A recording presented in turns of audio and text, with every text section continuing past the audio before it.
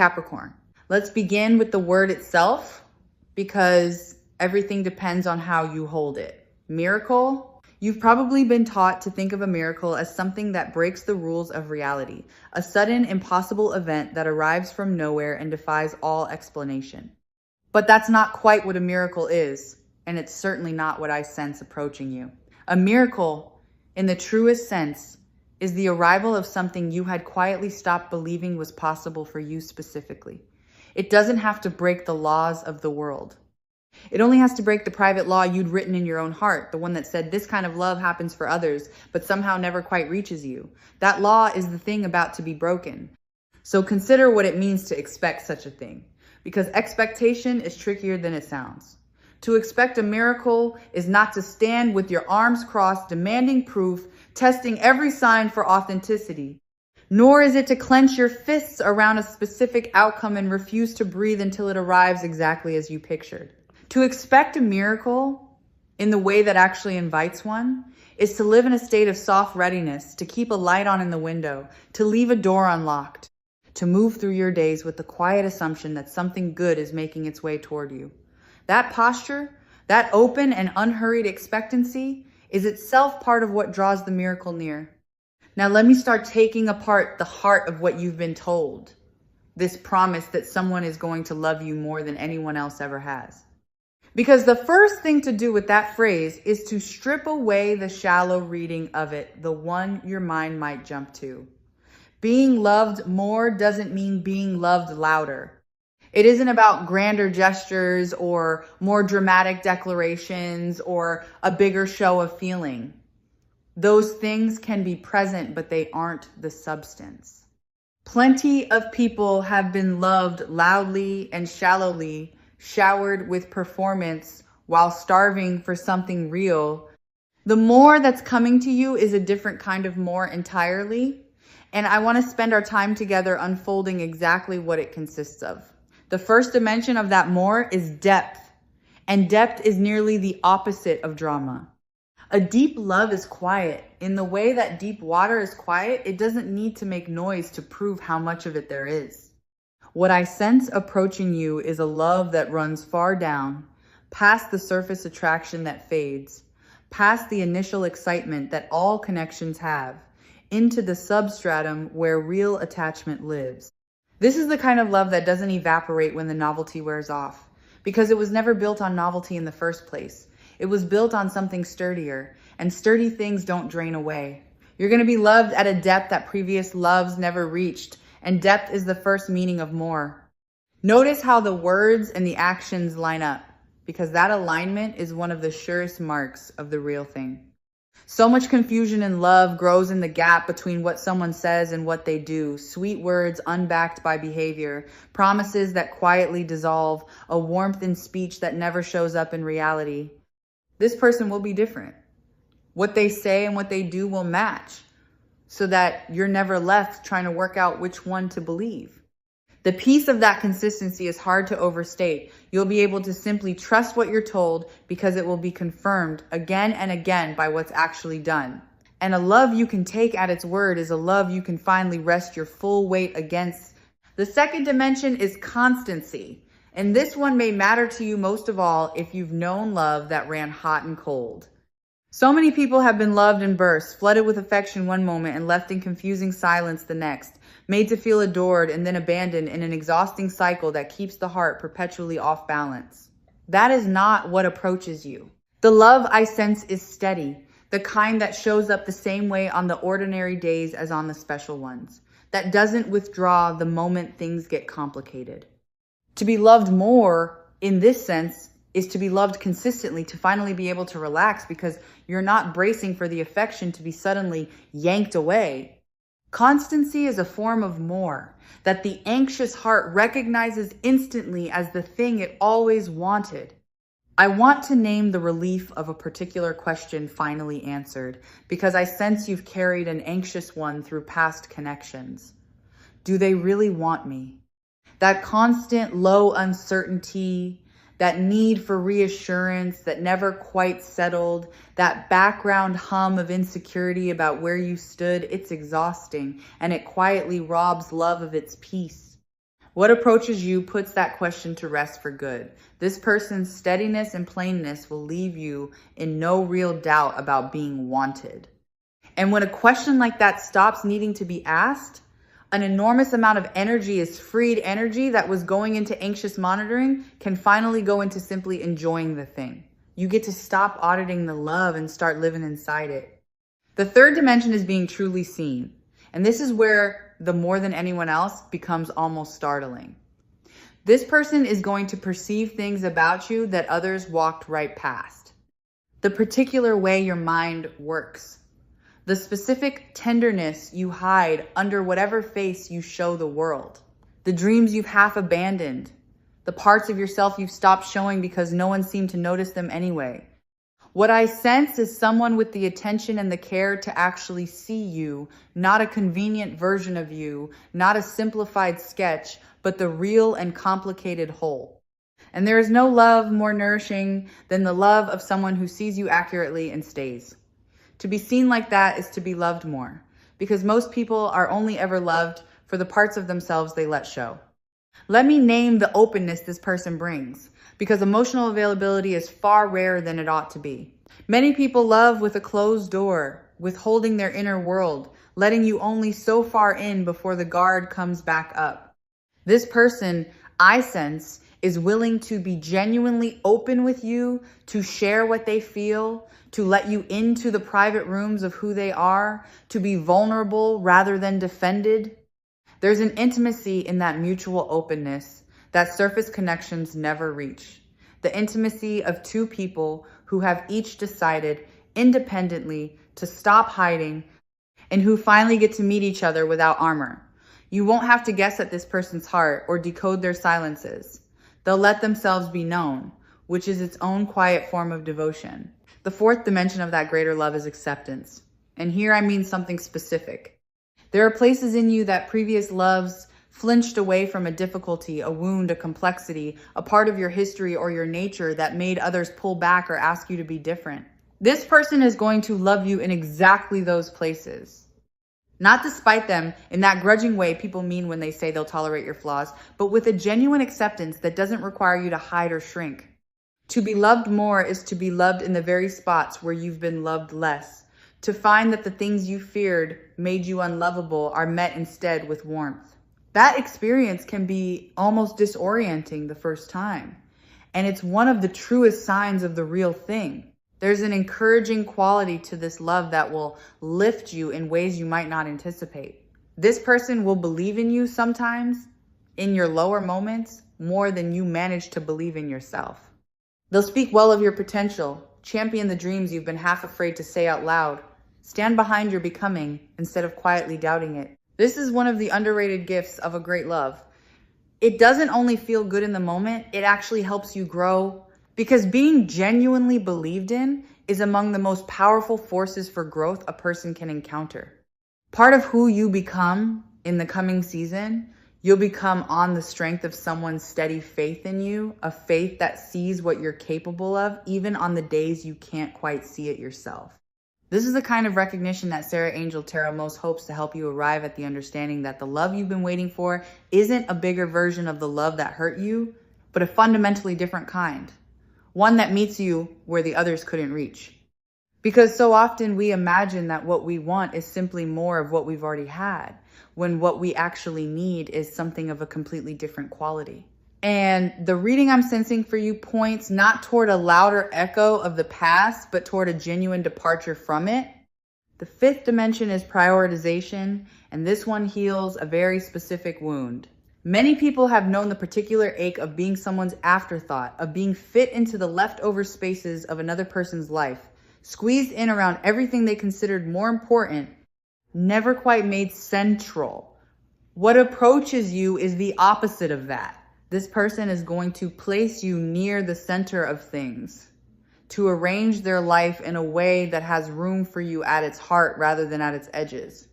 To be loved more is to be prioritized, to finally be someone's genuine priority rather than their convenience. And if you've spent time feeling like an option, the experience of being chosen first, deliberately and consistently, will feel like coming in from a cold you'd grown so used to you'd forgotten it was cold. There's an active quality to how this love is arriving, and I want you to feel it because you may be far too used to being the one who does all the reaching. In past connections, perhaps you were always the pursuer, the one putting in the effort, the one crossing the distance while the other person stood still and let themselves be loved.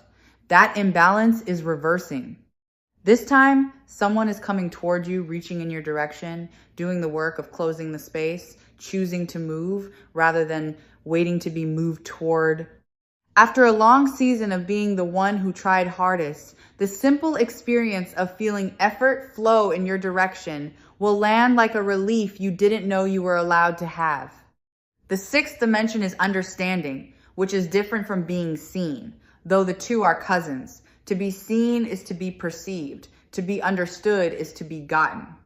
This person is going to understand you, your reactions, your needs, the reasons behind the things you do that others found puzzling or difficult.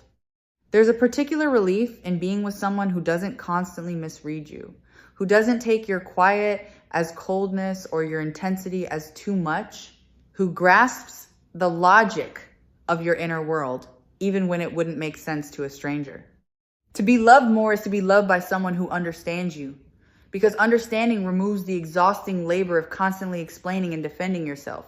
You'll get to simply be known, which is one of the deepest forms of rest. If you've ever been someone's secret, this next dimension will reach a very specific wound. Some people keep their affection for you concealed, unwilling to claim you openly, treating the connection as something to be tucked out of sight rather than shown. What approaches you is the opposite of hidden. This person will be glad to be associated with you, unafraid to have you at their side, happy to let the world see plainly what you've come to mean to them. There is a particular healing in being openly claimed after a time of being quietly hidden, the feeling of stepping out of the shadows and into a warm and unashamed light, where you are not a secret to be managed, but a presence to be proud of. The seventh dimension is safety, and I want to dwell here because it may be the one you need most. Some loves cost you your peace. They keep you anxious, walking on eggshells, uncertain of where you stand, paying for the affection with a constant low hum of dread. That is a kind of love, but it is a taxing one, and it is not what's coming to you.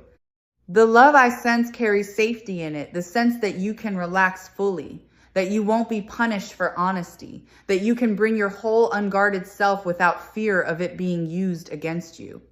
To be loved more is to be loved safely, to finally exhale in the presence of another person. And if you've only known love that kept you tense, the experience of love that lets you rest will feel like a miracle in the plainest sense of the word. Let me tell you how this person will handle the moments of friction that every real connection contains, because the truth of a love shows most clearly in how it moves through conflict. Some people wound in disagreement, reaching for your softest places, turning a small rupture into a lasting scar. This person will do the opposite. When friction comes, as it inevitably does between two real people, their instinct will be to repair rather than to damage, to mend rather than to win. What makes a love durable isn't the absence of disagreement, it's the presence of someone whose reflex, even in a hard moment, is to protect the bond rather than their own pride. You'll be safe to disagree, which is a rarer safety than most people ever get to know. The eighth dimension is devotion, by which I mean the willingness to show up in action rather than only in word. Talk is easy and cheap and abundant. Devotion is the love that translates itself into deeds. This person is going to demonstrate their feeling through what they do, through the reliability of their presence, the follow through on their promises, the small, consistent acts that add up to a life of being cared for. To be loved more is to be loved actively, by someone who doesn't just tell you they care, but shows it in the texture of ordinary days. And there is something deeply reassuring about a love you can lean your weight against. One that holds because it's built of action and not merely of sentiment. Watch for the small things, because this is where a great love actually lives. Grand gestures make for good stories, but it's the tiny daily attentions that reveal the real texture of someone's care, the remembering of a small detail you mentioned only once, The thoughtful act done without being asked for. The little ways a person threads consideration through the fabric of ordinary hours. What approaches you is rich in exactly this kind of attentiveness.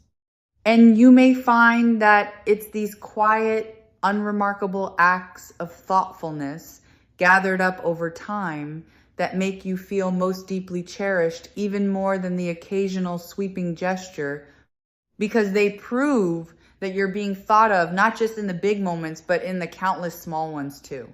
The ninth dimension is delight, and this one is pure sweetness. There's a difference between being tolerated and being enjoyed, between someone putting up with you and someone actually taking pleasure in your company. What I sense approaching is a love that delights in you, that finds you a joy to be around, that lights up at your presence, that considers time with you a gift rather than an obligation.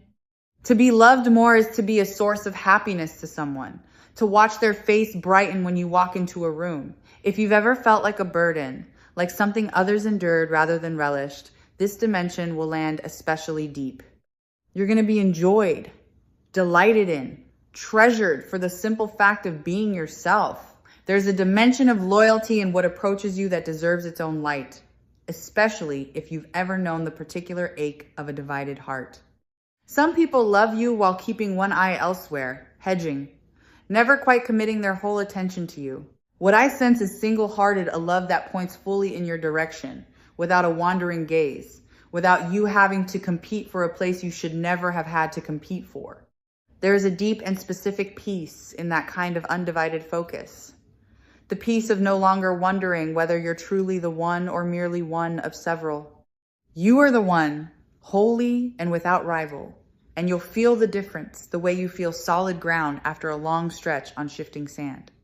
Now let me turn the deconstruction in a direction you might not expect, because the miracle isn't only about what this person will do. It's also about what's happening in you. Part of what makes this love possible is that your own capacity to receive it has been expanding. It's a strange truth that many people can't actually take in the love that's offered to them. They deflect it, distrust it, sabotage it, because some old part of them doesn't believe they deserve it. And so love that arrives finds no place to land. But I sense that in you, the ground is being prepared. You're becoming more able to believe in your own lovability, which means that when this love comes, you'll be able to actually receive it rather than push it away. The miracle is partly the love arriving and partly you being finally ready to hold it. Let me address the loves that fell short before, because I don't want you to carry their failure as your fault. If previous connections didn't rise to this level, it wasn't because you were unworthy of more. Often it was simply that those people lacked the capacity to love at the depth you needed. They were at a different stage, carrying their own limitations, unable to give what wasn't yet in them to give. Their inability to love you fully was a fact about them, not a verdict about you. This is worth sitting with, because so many people conclude from a series of disappointments that they must be the problem, when really they were just offering a depth of heart to people who couldn't match it. The match, not the merit, was what was missing. And the match is what's coming. There's a reason this person is capable of loving you at this level, and it has to do with what they've lived through. Depth of love usually comes from depth of experience. People become able to love greatly after they've suffered, lost, grown, and learned what actually matters. The person approaching you has, I sense, been shaped by their own journey into someone with the capacity for real devotion. They didn't arrive at this readiness by accident. They earned it, the way we all earn our depths, through living. And that means what they bring to you isn't the shallow love of someone untested, but the seasoned love of someone who knows from experience how rare and precious a genuine connection is. They'll value you the way only someone who has known the lack of such a thing can value it. Let me draw out the meaning hidden in that crown you might imagine, hovering over this whole idea, the sense of something regal in what's coming. To be loved more than anyone else has loved you is, in a way, to be treated as royalty, not in the sense of being served or worshipped, but in the sense of being held as genuinely precious, honored, treated with a care that acknowledges your worth. This person is going to treat you as someone valuable, someone to be cherished rather than taken for granted. And if you spent time being treated as ordinary, as replaceable, as someone whose presence wasn't particularly prized, the experience of being treated as precious will be a profound recalibration. You'll be reminded of a worth in yourself that harder times may have made you forget. And there's a reason a diamond belongs to this picture too, because a diamond is a thing formed under pressure and enduring beyond almost anything else. The love I sense isn't fragile. It's the kind that's been forged into strength, that can withstand the pressures, that shatter lesser bonds, that endures rather than crumbles when tested. Some loves are beautiful but brittle, lovely in the easy times and gone at the first real strain. This one has a durability to it, a resilience that comes from being built of solid stuff. To be loved more is also to be loved durably, by a love that holds. You won't have to fear that the first difficulty will end it, because what's coming is made to last, hardened rather than broken by the very pressures that reveal a love's true nature. I want to describe what you'll notice changing in yourself once you're inside a love like this, because being loved well transforms a person. Under the warmth of genuine, steady, seeing love, people tend to soften and bloom. Old defenses that you've needed for protection begin to feel unnecessary and start to fall away. You may find yourself becoming more open, more generous, more at ease, more yourself. There's a version of you that's been waiting for safe enough conditions to emerge, and this love provides those conditions. To be loved more is also to become more free, more relaxed, more fully the person you were always capable of being, underneath the armor that harder circumstances required. The love doesn't just feel good. It changes who you get to be. Something worth naming here, in the middle of all this, is that a love this complete is a two-way miracle, and Sarah Angel Tarot would want you to remember your half of it, because you won't only be the one receiving. You're gonna have the chance to love this person fully in return, to give the depth you've always had to give, but perhaps never found the right recipient for.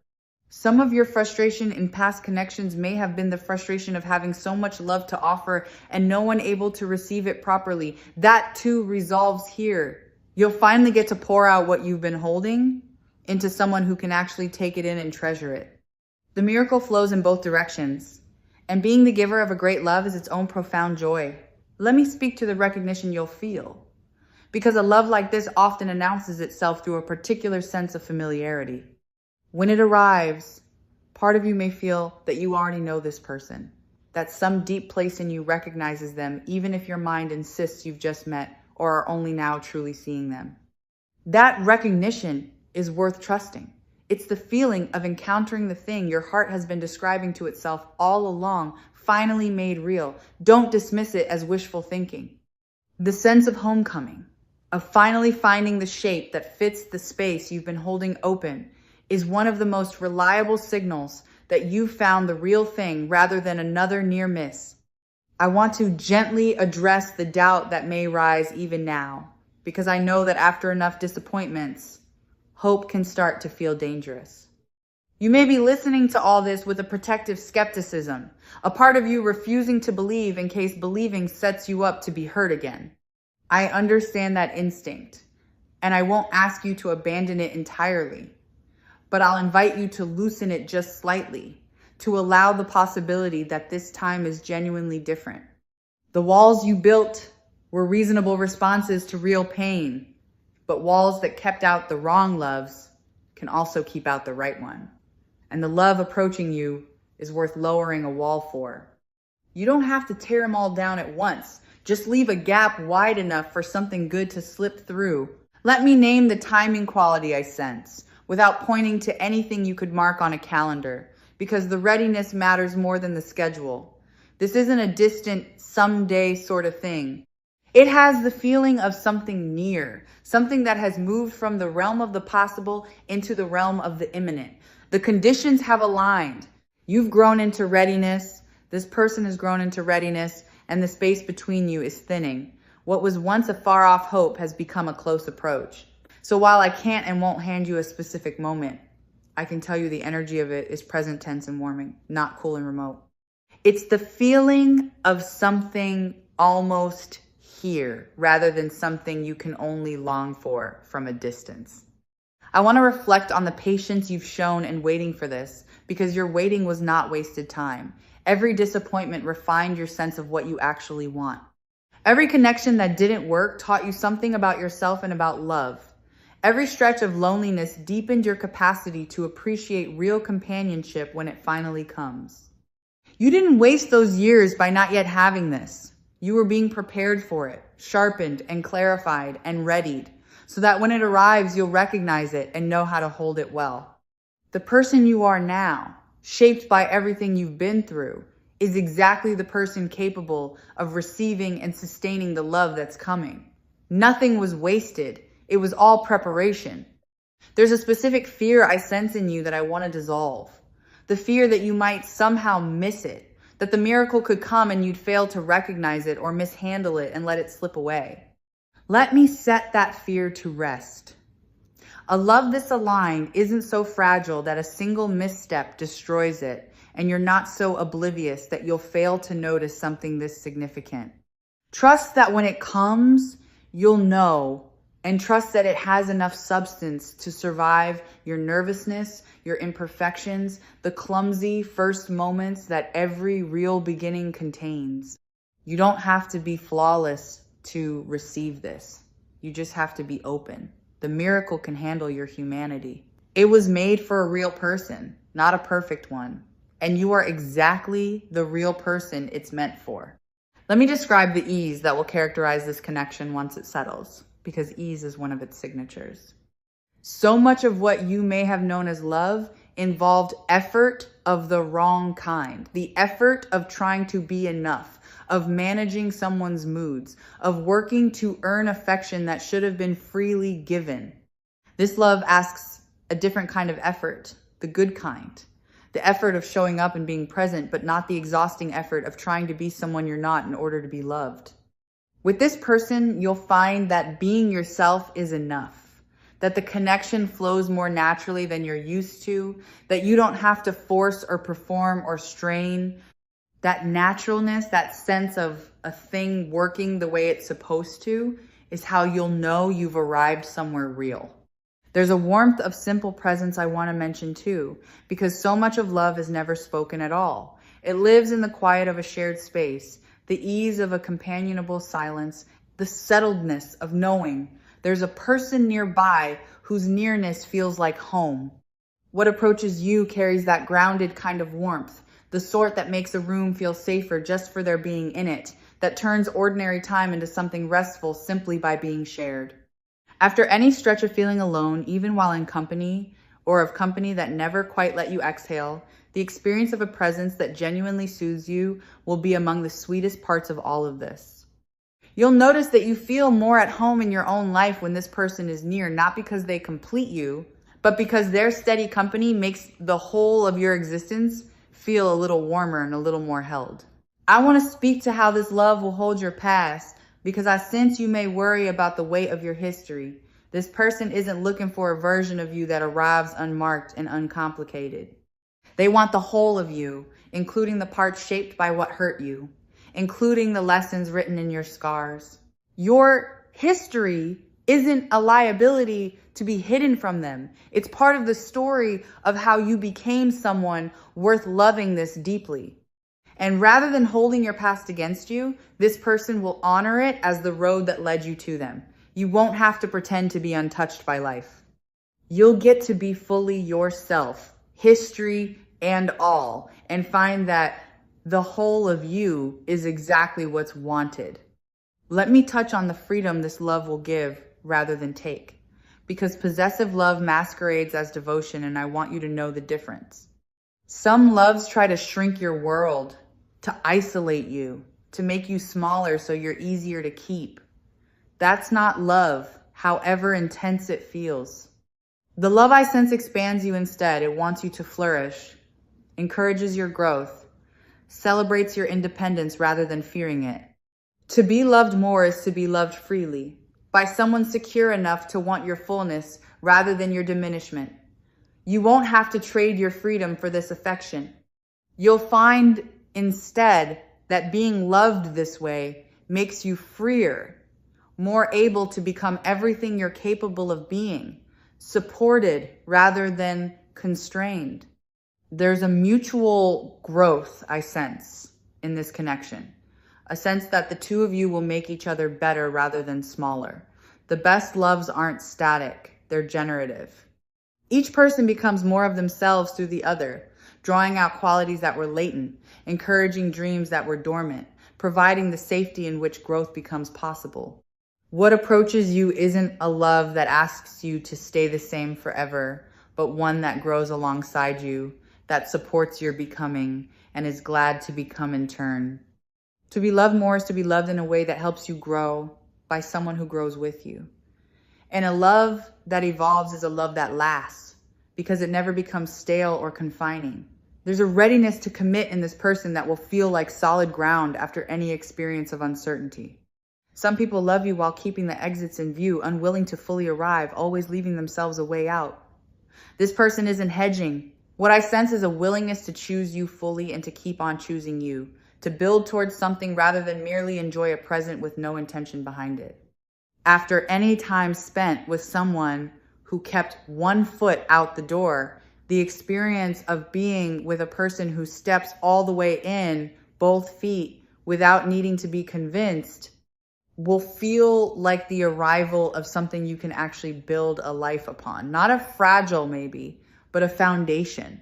As we begin to bring our time together toward its close, let me gather what we've uncovered into a single clear shape.